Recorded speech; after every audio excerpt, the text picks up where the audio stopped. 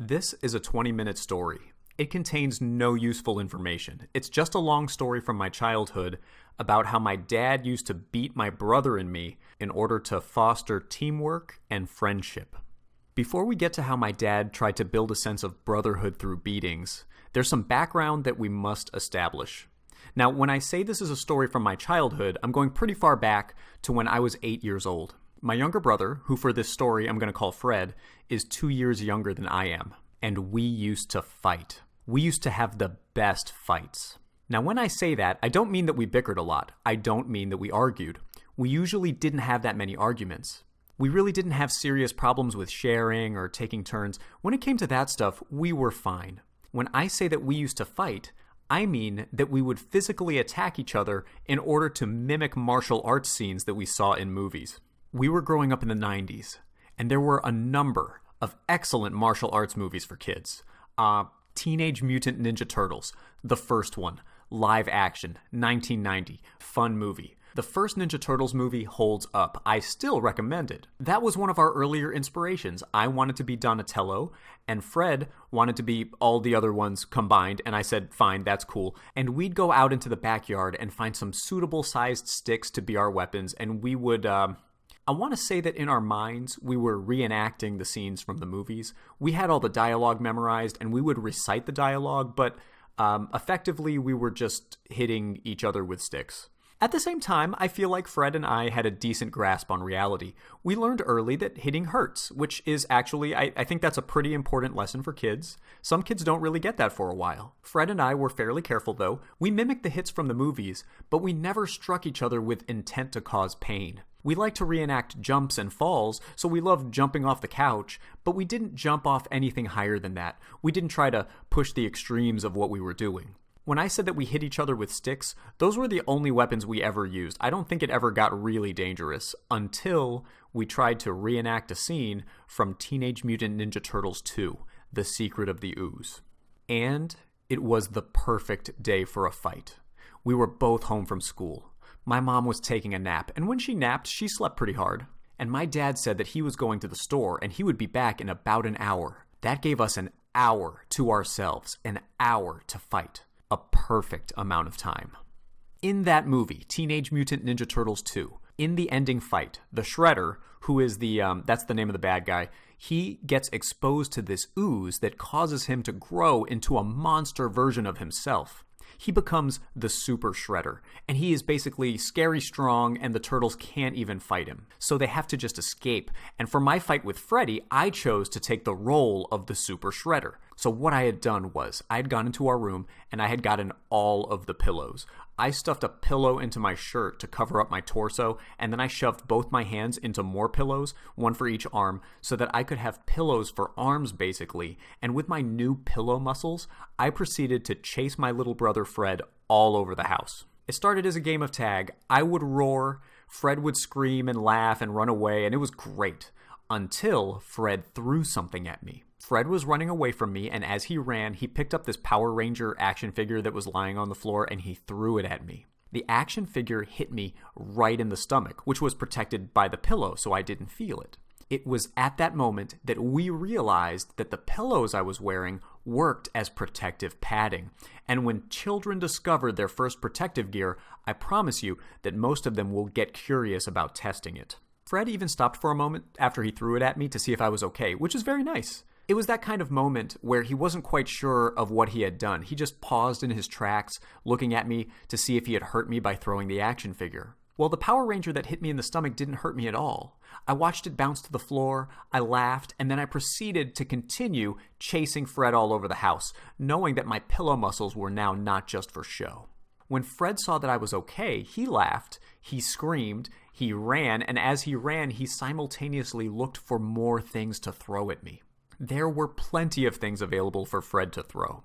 We had pillows and stuffed animals lying around that he threw. We had other action figures that he was able to grab and hurl at me. Whatever objects didn't hit me in the torso, I was able to knock them away with my Super Shredder pillow arms. It was a glorious rampage. I chased him into the living room without a care in the world. He just kept on flinging toys at me. We were roaring at each other, and then there was a point where he ran out of toys to throw, and he just reached for the next closest throwable object, which happened to be the remote control for the television. He picked up that remote and hurled it at me with surprising speed, directly toward my face. I deflected it with my pillow arm, but the remote control did not stop. It continued spinning through the air until it hit the wall behind me, whereupon it broke into no less than 5 separate pieces, which all rattled to the floor. Suddenly, our little game was at an end. We snapped back to reality. We stared at the broken pieces of the remote control, completely silent, knowing that this was a very serious moment. After all, it was okay to play with our toys and break our toys, but our parents had made it very clear that we were not to play with anything that wasn't a toy. So, first we looked at each other, and then we looked down the hall to our parents' room, where we suddenly remembered that our mother was sleeping. We waited 30 long seconds to see if we heard any indication of her waking up. When we heard no sound, we realized that the first checkpoint of danger was over. She would be sleeping for a little while longer. Then both of us looked at the clock. The long hand of the clock was on the 6, so I said to Fred, "Dad might be back soon, maybe 30 minutes. Fred looked at me and said, "We have to fix it." And I just pulled the pillows off my arms and said, "Yeah." At that point, the clock was ticking, because we both knew that if our dad returned home to discover that we had thrown the remote control into a wall and smashed it into no less than 5 separate pieces, then what we could expect was a group beating. Well, that's sort of wrong. It wasn't exactly a group beating since it was just the two of us, so I guess that would be a paired beating? But before we even go into the reasoning behind the paired beatings, it is crucial, I believe, to define what a beating is. And before we define what a beating is, we have to clarify what kind of parents I had. So let me overview some basic categories of parents. In my mind, there are 2 overall categories of parents. The first 2 categories are parents that are trying their best and parents that are not trying their best. Now, I admit this is a gross oversimplification, but it helps to define the story, so I'm just going to use it. And I'm also going to say that my parents were always trying their best, so I'm going to stick with that category for now. Of the parents out there that are trying their best, I have 2 further subcategories: parents that understand punishment and parents that do not understand punishment. You've seen both of these kinds before, I'm sure. I'm sure you've seen parents with rebellious kids where the parents cannot figure out how to make that kid listen. And you know what? That is a tough challenge. Parents, if you're trying your best out there, you just keep trying. Maybe we'll figure it out one day, but you know what? No one is going to be mad at parents that are just trying their best. My parents, however, understood punishment. What I mean by that is a parent that understands punishment knows how to make their child cry. I know that sounds like a horrible thing to say, but I kind of stand by it, and I feel that a strong parent that understands punishment knows how to induce crying for their children. Crying can be induced verbally, or crying can be induced physically. It's not the only metric, and it's not foolproof, but crying is one of the general metrics that I think parents end up using. Am I evil? Is that an evil thing to say? Maybe it is. I'm not sure. I'm going to move on. So far, I've been trying to establish that my parents were 1, trying their best, and 2, that they understand punishment. Now, of the parents that are trying their best and understand punishment, there are yet 2 more subcategories, and those are parents that will not use physical punishment, and the second subcategory is everyone else, and that's the category where my parents were. Eventually, when I became a teenager and I looked back at my life, I realized I would never have called my parents abusive. Did my brother and I receive physical punishment? Yes. Were we abused? No. I believe that there's a certain degree of physical punishment that you can apply to a child without abusing the child. I understand. I am biased because I am a product of that kind of environment, and I'm a product of that kind of time period, and I admit that. Also, if you ask me would I ever hit a child? No, I would never do that. I would never hit a child. I would never hit my own hypothetical child. Never. But at the same time, I probably won't judge another parent for hitting their kid. I mean, what'd the kid do? I mean, did he have it coming? I don't know. Moving on, though, when I mention the beatings we received, I do not mean that my parents struck us with their fists. That's savage. That's horrible. Like all civilized adults, my parents used tools. And those tools were only ever aimed at a singular location, our butts. The particular tool I'm referencing was a leather belt. This belt hung in a closet in my parents' room. I don't even think either of my parents used this belt for anything other than beatings. I also want to take a quick tangent right here to talk about an important stereotype. There is a stereotype that parents are competitive about their kids. The stereotype is that parents brag about their kids. Parents will slip in bragging statements like, "Oh, we were out all night because my son had a soccer match and they just won the state championships," and "Oh, I'm just so tired nowadays, what with my daughter doing all this lacrosse and swimming and piano and violin. Gosh, she just has so many talents." That's the kind of bragging we see in TV shows and movies and stuff, and we're used to that kind of thing. That stereotype is sometimes true, sure, but the flip side is also true. Kids love to brag about their parents. Now, this next part is going to sound very stupid if you were not physically punished as a kid, but if you were physically punished, I think you're going to know what I mean. Kids do love to brag about their parents, but that's especially true when their parents beat them. I've gotten into bragging contests about beatings. They play out just about as ridiculously as you'd imagine.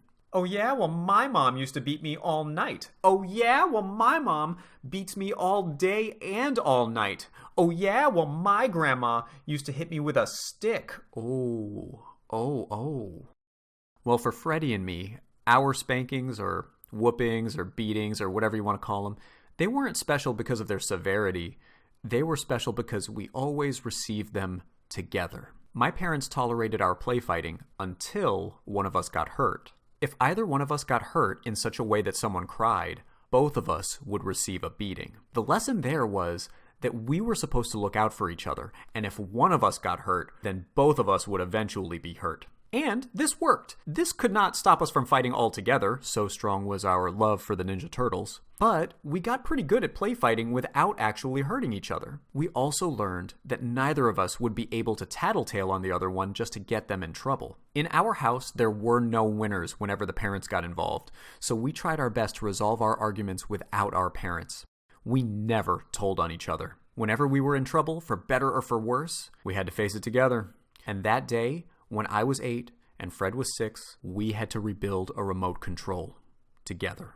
Now, this remote control came apart in several pieces that we did not expect. There was a top cover, we expected that, and the battery cover came off, we expected that. But when we saw the circuit board and the buttons of the remote control, we were quite frightened. We tried our best anyway. My brother collected the batteries and the battery cover. We put those back in easy enough. We figured out that the buttons would have to be arranged so that they poked out the cover, and that was fine. We figured out that the circuit board would be in the middle somewhere, so we reinserted that. But the problem was that even though we had everything in the right order, we couldn't get it to stay together. We were hoping that the remote would snap together somehow once we pressed all the pieces back into place, but we must have damaged it somehow because it just wouldn't snap. I almost panicked. "It's not sticking together," I said. I looked at the clock, big hand on the 8, 20 minutes left. But I didn't know what to do. And that's when my brother, in a moment of pure genius, said, "Can we use glue?" My eyes lit up.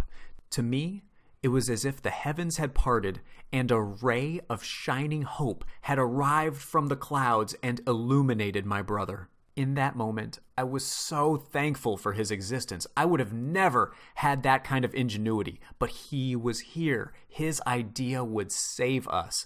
And I just said, "Yes, hold on." And I went to my backpack and came back with a full bottle of Elmer's glue. I gave it to my brother and said, "I'll hold the pieces, you put the glue." And he said, "Okay." And we proceeded to fill the insides of this remote control with glue.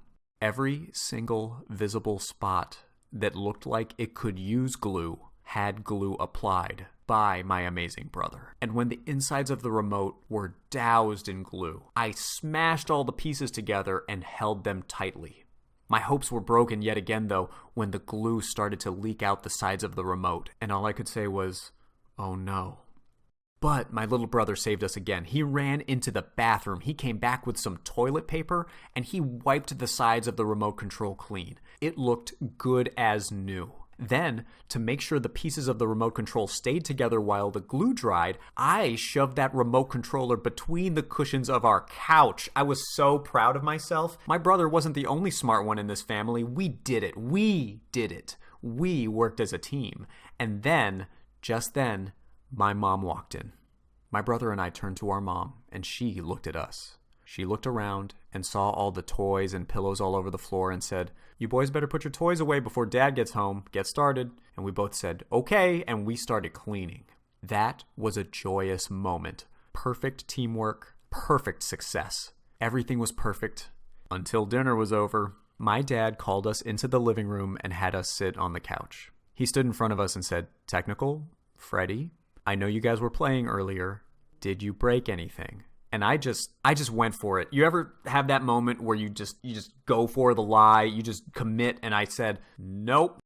And my dad turned to Freddie and said, "Is that true, Freddie? You didn't break anything?"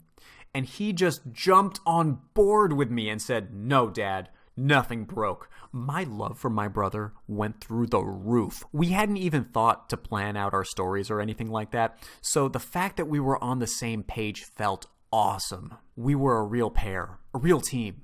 My dad, though, my dad had more questions. He said, "Now, boys, I've always tried to teach you not to lie. Lying will get you into some serious trouble. Please don't lie to me. I'm going to ask you again. Did you break anything today?" We just shook our heads. Then he said, "This is your last chance. I'm trying to explain it to you. I will not be mad if you broke anything. But if you're lying to me, I will be very angry. Please tell me the truth. Did you break anything today?" And my brother and I just had this feeling that it was a trap anyway, so we stuck to it.